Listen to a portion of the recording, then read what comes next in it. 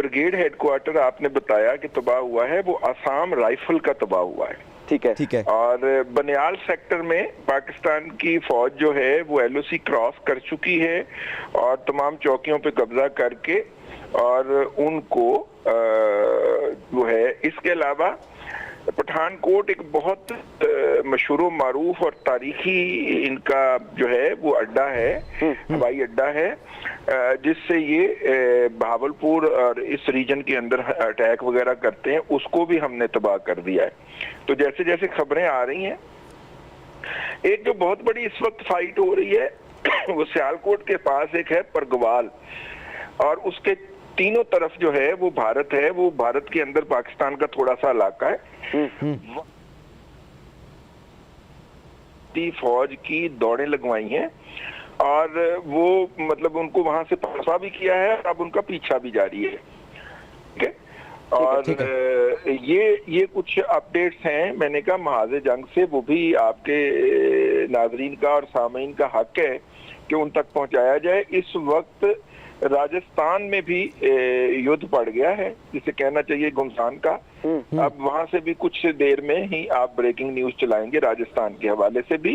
ये जयपुर का अड्डा है जहां पे वो बहुत ज्यादा अपनी फोर्स को इकट्ठा करके बैठे हुए थे, और जो हमारे दोस्त मुबालक ने हमें आज सुबह बताया था उसमें यही था कि यहाँ से इन्होंने अटैक इनिशिएट करना है इस सेक्टर से।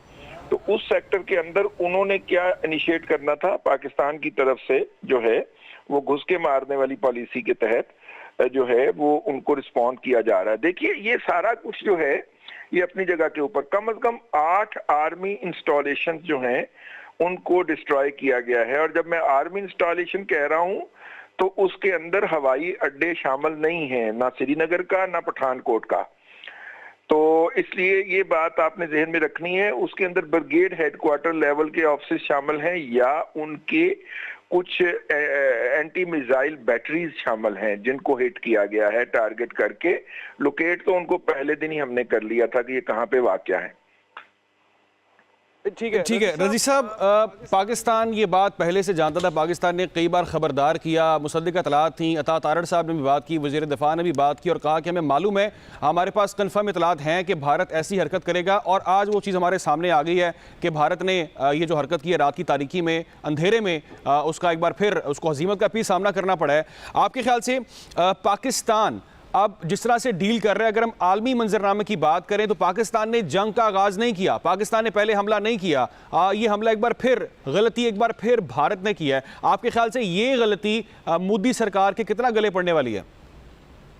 गले पड़ चुकी है।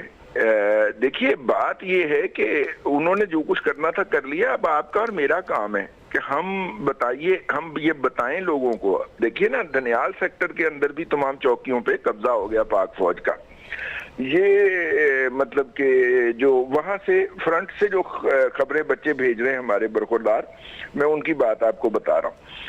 अच्छा देखिए, ये मोदी साहब के मीडिया ने उनको फेस सेविंग दे देनी है, उनके लिए फेस सेविंग ले लेनी है, लेकिन जो ऑपरेशनल हवाले से पाकिस्तान की अफवाज ने उनको एक्सपोज किया है, से इट एयरफोर्स या से इट मतलब के बड़ी फौज, तो